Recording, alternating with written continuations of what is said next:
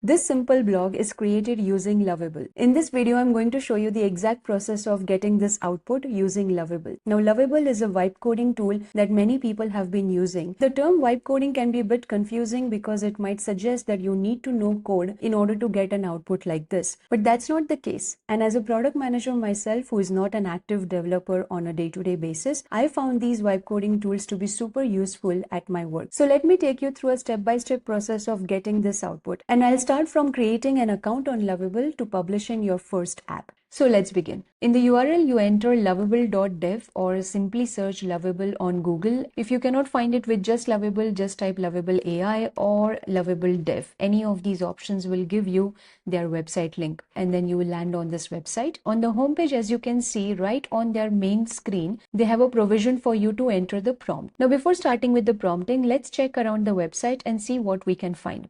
As you scroll down, you can see that they have got some inspirations from the community. They've got the popular ones here, trending or recent, and they also have internal tools, websites, or personal or consumer apps. Now, this is a great way for you to find some inspiration if you're not sure what should I type in the first place. So these are the filters that you can use. So click on website or click on personal or click on consumer app, and you can see the different types of websites people have built using Lovable. They have one example here, which is Adventurers Resort Hub. And if you click on it, you get to see what the product is like. So this whole thing has been built using Lovable. Now, whether this is an operational product or not, we're not sure yet, but this is something that the people have built using lovable.dev. So this can serve as an inspiration for you, or you could start from blank template. Now, before getting into it, you may want to check out the pricing. The reason to check the pricing right now is to see if they have any free plans in the first place. So here on the pricing page, they have free plan, and in the free plan, you can have 5 daily credits up to 30 per month. You can only do public projects, meaning whatever you build using lovable.dev, it will be available for others to see. So it is not private by default. So don't go and make some random apps that you will be ashamed of. So you may want to be aware of that. And then you can have unlimited collaborators. You can share this app and have other people also contribute to it. They also have pro plans and business and enterprise plans. Once you're sure that Lovable is the kind of tool you want to go ahead with, then maybe you can make a purchase decision. But to have a free plan is very good because now you can experiment and evaluate the tool basis this. Now, if you're a student, you do get some discounts. So if you want to learn about it, they have a whole section on the student discounts, and you can go ahead and explore it. Now, I'm not a student, unfortunately. I cannot get those discounts. If you come on this website, you will notice that you can start typing the prompt before even signing up or creating an account. But just for this sake, let's go ahead and create an account from scratch. So I'll click on Get Started. And here you have multiple options. If you have a Google account, simply use that. If you have a GitHub account, you can also use GitHub account for signing up. And then you also have an option to directly enter an email. So if you don't have either of these easy ways, then you can simply go ahead and add your email and password. Now, when you do a Google account sign up, you will be taken to a page where you are supposed to authenticate, and then you will get access to the dashboard. If you do just email ID, you just have to enter your email and password. So let's go ahead and do the email ID route simply because I want to show how this flow works like. And I will enter the email ID here. Click on continue. And then you set your password here. Alright, so now I entered the email and password, and here I have an option to log in if I already have an account. So I'm assuming if you're doing this for the first time, this does not apply to you, but if you have an account, click on login here and then go ahead through the login flow. So let's click on create your account. Now I see this, check your inbox, click the link we sent to this email ID to finish your account setup. Now there are two actions that you could do. One is directly open Gmail using this link, or if you did not receive an email, you can ask them to resend that email. You can also have like check status, verified your email but didn't see an update, check again. So this is going to be applicable when you have received an email or you did the verification but you did not get access inside the dashboard. Let's go ahead and see whether I got that email or not. So let me go to my inbox. And this is my Gmail inbox where I got the email, verify your email for lovable.dev. When I click on it, I get the instruction here, follow this link to verify your email address. And so this is the URL that I need to click in order to authenticate or verify the email ID that I just entered. So I'll click on this link here. And this is saying verified email. It's now redirecting me to this place. Once you're done with that flow, you will come to this screen in order to give more details to Lovable. Lovable is asking me for my name, so let me go ahead and enter the name. Okay, so that's my name there. What look do you want? Now this is more of an appearance in the sense, do you want dark mode, light mode or system theme? I'm going to stick to light mode and press continue. Where did you hear about us? Now you can choose whatever is suitable for you. I've selected YouTube and I'll press continue. When I go to the next screen, they're asking me, what will you use Lovable for? It does not really matter. Lovable is simply trying to take some information from you. So at this point, you can simply select personal projects and move on. Now, the next question is, what describes you the best? Now here, you don't have to think so much. If you fit in any of these roles, it's fine. If you don't, simply click on other and it's still okay. What are you building with Lovable? Design, SaaS app, side projects, games. Now at this stage, imagine you really don't know what you're building. So you can simply click on other. Now they're asking if you want to invite your team, you can give their email ID. You can simply skip this step and click on finish.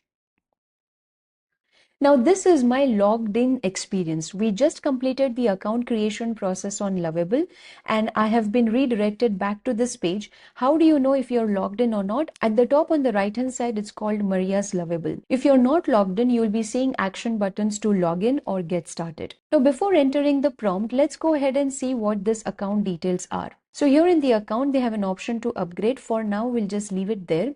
I have about 5 credits left, so that is what I can do until midnight. And then there is some settings. I can invite others. They've already created some workspace for me. Workspace is nothing but a collection of all the projects that you will do in Lovable. And if you want, you can create new workspace as well.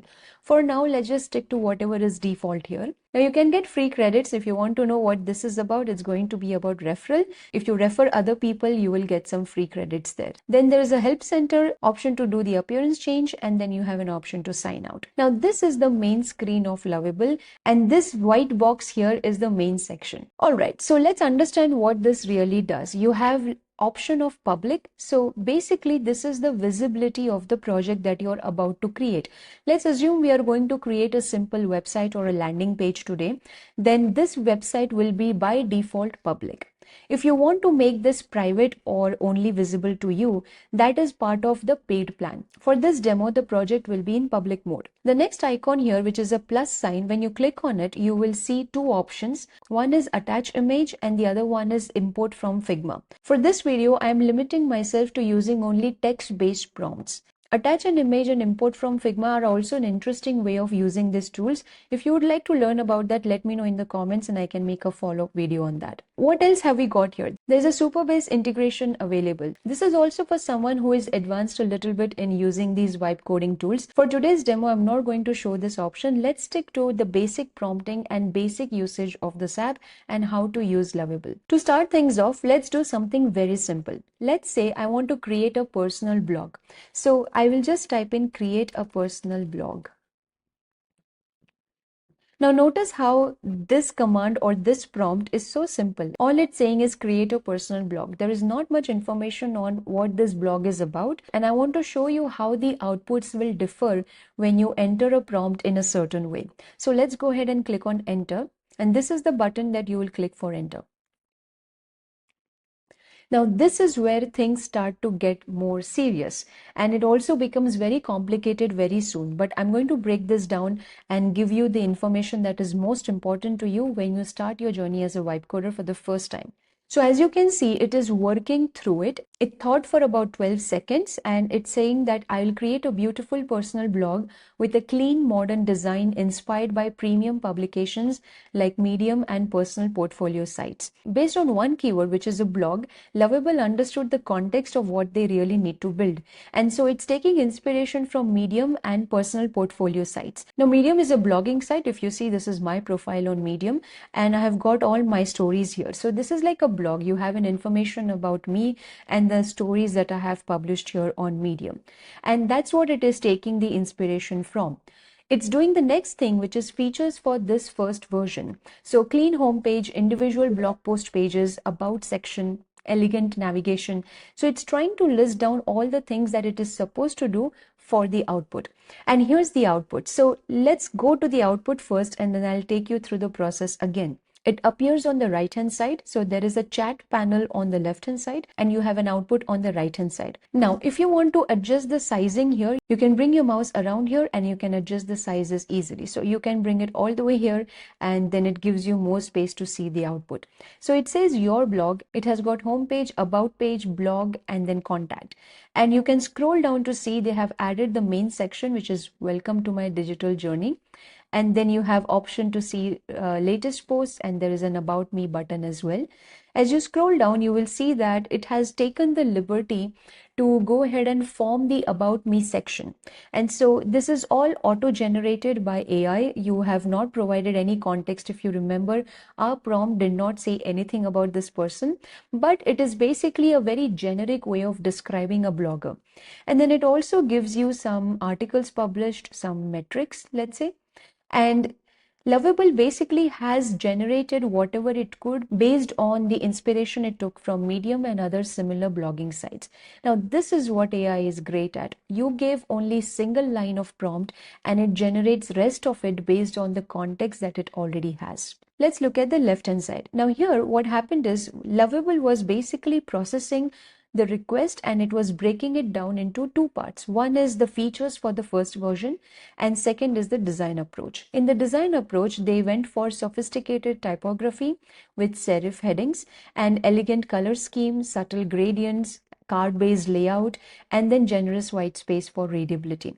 Now notice how none of these features and design approaches were mentioned in our initial prompt. So let's scroll down a little bit and understand what Lovable is doing here. Alright, so it started with design system and components, then it updated the Tailwind config and the Google fonts, then it generated a beautiful hero image, then created the main blog section, and then it updated the index page to bring everything together. Now, there are certain things that I understood, but it's possible that you may not understand everything that was changed by Lovable, and that's completely fine.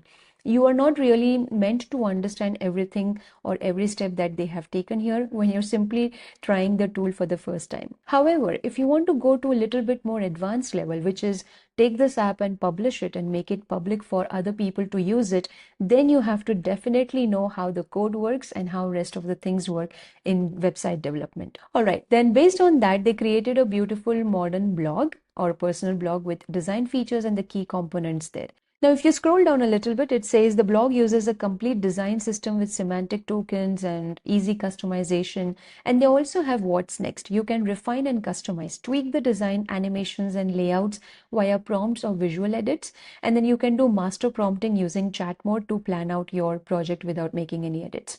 And so here we have the next step, which is need to save information, add user accounts, or connect with other services. Superbase is simple.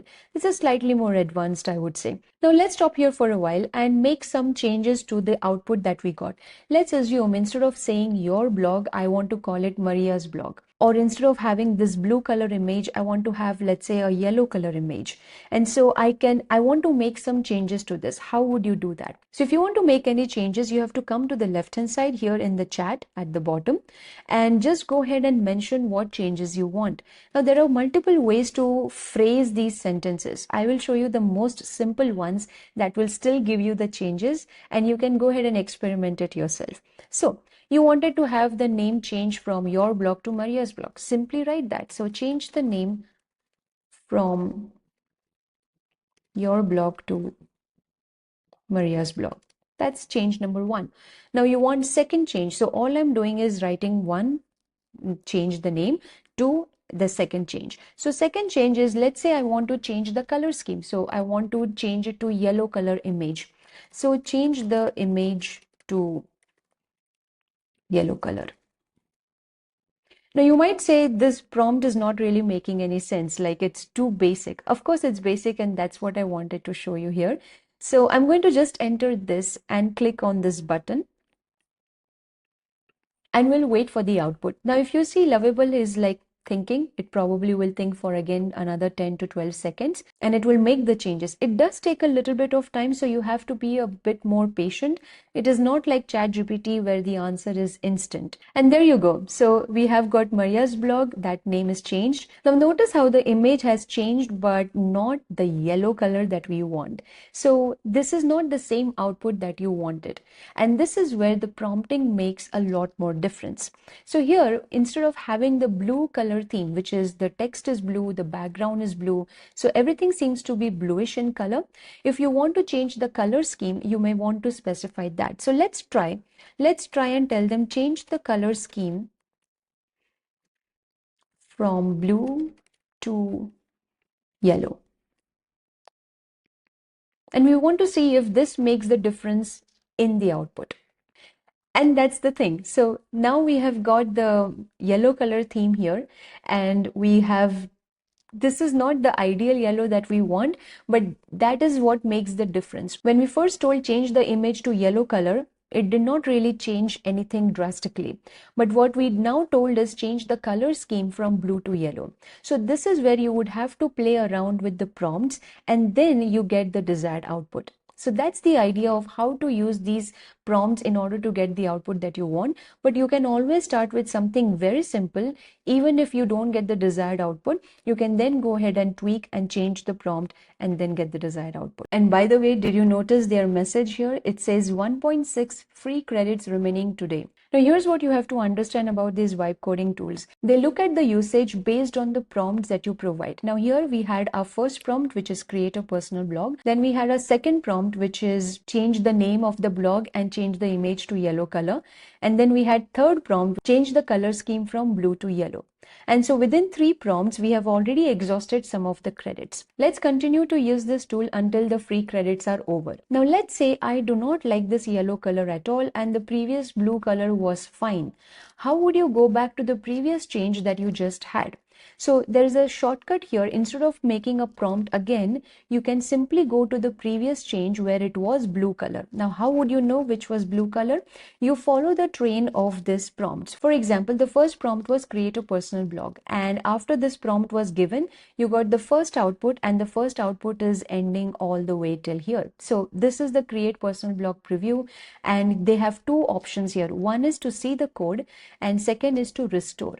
Restore means this is the version at which you can go back to. Lovable stores all the versions that you see as an output. So even if you make changes after, let's say, 2 or 3 prompts, you can still go back to the previous versions and restore that. But we don't want to restore to the first prompt output. We want to restore it to the second prompt output, where we ask them to change the name of the blog and we ask the image to be changed to yellow.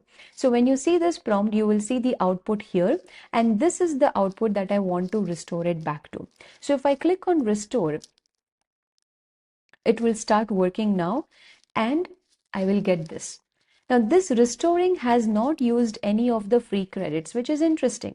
So you did not waste your credits by simply typing another prompt. You could simply go and revert the changes or restore the changes as per the last version. Sometimes restore is also called as revert, and that term is very popular in product and tech teams. So sometimes you might see people say revert the changes.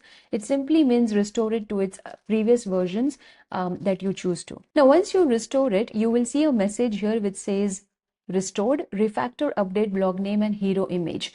Now this is where you will start to understand the terminologies a little bit more. We asked to change the image and it's calling it hero image. So hero image is basically the hero section of a website. So a website's hero section is the top part that you see on the first time when you land on the page. So let me give you an example of what a hero section is. On this 11 Labs landing page, you will see that they have this title, they have a subtitle, they have some action buttons, and then they have examples of how to use the product and the demo of the product. So this is the hero section, the section that you see for the first time when you land on any website. I want to show you one interesting feature that you will really appreciate if you're not a programmer and you don't wish to make changes in the code. And this is something that I personally like to do as well. I can click on this button called edit. Now what this does is it allows you to change the things in the output. So if I want to change the name here, so instead of saying Maria's blog, I could simply select this particular section and I can type on it. So you sort of double click on it and it allows you to change the text. So I could say Maria's personal blog and click outside of the box in order to have the change affected. So you can do it for all the other things. Let's do for one more to show you. So if you want to make any change to, let's say, the title or the subtitle. So let's say here in the subtitle, instead of saying exploring ideas and a long sentence, I want to just remove some part of it. So once I go there, it will be highlighted, and then I can go ahead and remove whatever I want to. So I will simply select or press backspace. I can remove documenting journey by just backspace, or I can simply do select, remove, click outside, and I will click on save. And what it is doing is saving you that prompt. So for example, in the first prompt that we added, change the name, you probably didn't have to. You could simply go to visual edit and do it from there. Let's do another example. Let's say this button is not behaving properly, meaning only when I move around that button, I get to see the text, which is about me.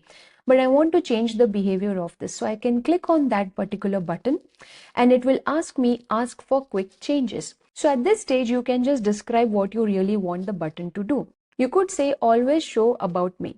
Now let's see what it really does and click on enter. It takes up as a new prompt here and Lovable starts working on it. Our expectation is that about me is always visible and I don't have to move around the button in order to see it. But let's see if Lovable can do that. So here's what happens. Lovable is saying the button already displays that text consistently, no changes needed as it's already set to always show about me. Now, this is where you would have to get a bit more specific because the general command of always show is not working. Now, what does it mean? I want to now specify that about me should be displayed without the hover over. Currently, it is displaying only on hover over. How would you go about forming this prompt in the first place? So you describe what the problem is. Currently, the button text shows up only when I hover over it, but I want the text to be visible without me hovering over it. Now, this is a classic way of describing a bug to a software developer. So what I have done is exactly described what the bug is, in the sense what the issue is. So here I'm saying the button text shows up only when I hover over it, but I want the text to be visible without me hovering over it. So I want to see if the AI tool is able to catch that. Let's click on enter. And currently it's thinking, and this is a classic example of certain times how AI tools are not able to understand what we are trying to get as an output. Now, only when you provide a very detailed context, it will work. So like just now. Let's also quickly see another feature, which is seeing the code. Now, if you don't understand code, that's totally fine, but there is an option to see the code. If you're a programmer and you would like to make changes to the code, that is possible. However, that is only available for you in the paid plan. But if you're not a programmer, no need to worry about that. You can simply ignore that code tab. There's a couple of other features that I wanted to show you. This icon here allows you to see the preview in different screen sizes. For example, if you click on this, it will show you a tablet view. So if you have an iPad, this is how it will look on iPad. If you click one more time, you will see the mobile view. So this is how it will appear on a mobile screen. And if you click it once more, then it will show you how it will appear on a laptop screen or a white screen. So you can always see whether your website is responsive or not. And what do we mean by responsive? Sometimes the images are only optimized for white screen. So when you go on a mobile screen, the image is all distorted. So that can also happen. These apps created by AI tools are already quite responsive. So many times you will notice that it's pretty okay. You don't have to make any changes there. Now, this icon here allows you to open it in a new tab. In order to see the website in like its original form without the chat UI. So you can see this here. It looks like a proper website. So it's as if you landed on someone's personal blog, and this is what you would see as a final output. And this is of course to refresh the page. If you are not able to see the output, you can click on refresh. There's an option to invite other people and other collaborators. For your first time project, you may not need it. And like I said, the integration with Supabase and GitHub is more like an advanced. And then you have an option to publish. So when you click on publish, you get some choices here. One is you can simply preview and share as it is. So if you click on this link, now here just observe there is a word preview. So it is not yet published. This is for your own view. And if you want to publish it and share it with others, you can click on this publish. And let's click on publish here. All right, we have shipped our first app. Let's share your work with the world. Now, this is the link that you can copy and share it with others. Anybody with the link can view the app and see the app for themselves. So if I click on copy link and let me open it in the incognito window. And let's click on this link. And there you go. You can see this website.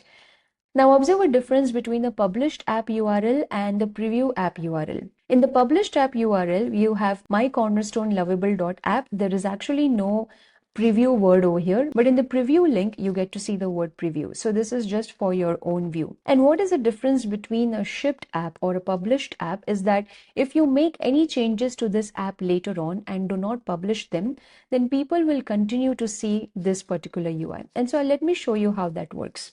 So I'll keep my published app open here in one tab. I'll go back to my Lovable and I will make a visual edit here. And I want to remove this, let's say, personal word from here. And so let's say I want to change this. Done, and I will click on save. So this save is happening here. And once it is saved, it will have, now this is saved. I have Maria's blog as my view here. And this change has been made, but if you notice, my website here will still say Maria's personal blog. So let me refresh it. I'm reloading this page and it is still not showing me the change that I made. So that is the difference between what you do in a project. If you want others to also see it in the URL that you have shared, you have to click on publish. So let's go ahead and click on publish here. So notice how the word has changed here from publish to update. So you click on update. Great, project is updated. Come back here, refresh this page, and now the personal word is gone. So this is how you can make changes to your project and then publish them if you want to. Now there are many more features in lovable.dev that are very interesting. For example, you have a chat mode, you have import from Figma, attach a file. So if you would like to learn about this, let me know in the comments. I can make a follow-up video on that. I hope you found this useful. That's all for this video. Thanks for watching.